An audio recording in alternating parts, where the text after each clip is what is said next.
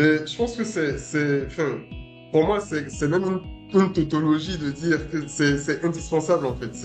Tu peux pas travailler dans un, mais c'est pas qu'en Afrique, hein, c'est partout. Tu peux pas travailler dans un environnement et ne pas chercher à comprendre et à connaître tes pairs et te faire connaître aussi par tes pairs. Donc, à un moment donné, tu es obligé d'aller comprendre ce que font les autres, ce que font tes concurrents. Parfois, c'est même pas forcément des concurrents, mais parfois, c'est des gens qui naviguent dans le même environnement que toi. Donc, ils sont dans l'immobilier, ils sont dans la finance comme toi.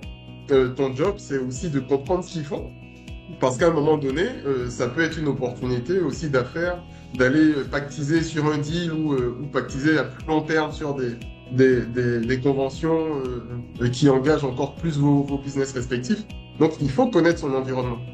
Il y a d'abord un objectif professionnel, c'est-à-dire, ben, comme je viens de te le dire là, mais il y a aussi un objectif qui est purement personnel et humain, c'est-à-dire que tu peux pas naviguer dans un environnement et tu te coupes de tout le monde.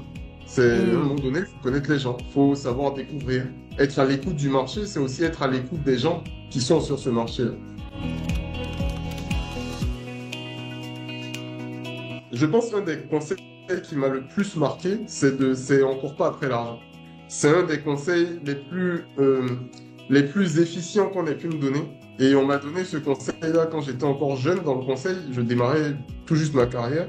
Et je l'ai compris bien après, en fait, à force de côtoyer des gens d'un certain niveau, soit dans un cadre professionnel en faisant du conseil, soit bien après dans ma carrière, j'ai rencontré des gens vraiment, soit des grands entrepreneurs, soit des gros investisseurs. Et en fait, ce qui se cache derrière cette petite phrase-là, on court pas après l'argent, c'est que l'argent en soi, il n'y a rien de plus simple que dépenser de l'argent. Il n'y a rien de plus simple que faire s'effondrer en fait une manne financière. Par contre, c'est beaucoup plus difficile que de faire prospérer une manne financière. Et c'est pour ça qu'on dit on court pas après l'argent, c'est on court après des deals en fait.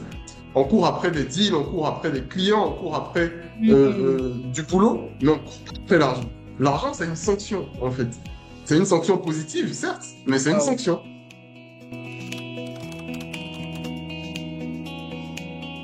Je pense que je serais un chien. Ouais. Parce que j'aime beaucoup les chiens, et puis j'ai des chiens, j'ai 3 chiens chez moi. Et je pense qu'il n'y a pas plus fidèle comme animal qu'un chien. La seule entité, on va dire le seul être vivant de qui je me méfie pas du tout, c'est mes chiens. Les chiens peuvent donner leur vie pour leur maître. C'est vrai. Et ça, moi, j'adore ça. J'adore ça. Le chien, quand il te fait confiance, tu te balades avec lui. C'est-à-dire que même sans, vous communiquez même sans parler, tu vois. Sur de la Ouais. simple gestuelle, en fait, ceux qui ont l'habitude des chiens, ceux qui ont l'habitude de passer du temps avec leurs chiens, ils comprendront ce que je dis là, c'est on communique avec les chiens sans gestuelle. Le chien, il ressent quand tu es triste, par exemple. Il ressent quand tu es triste, il a une attitude particulière, et parfois même, il peut faire des dépressions quand son maître est triste. C'est fou.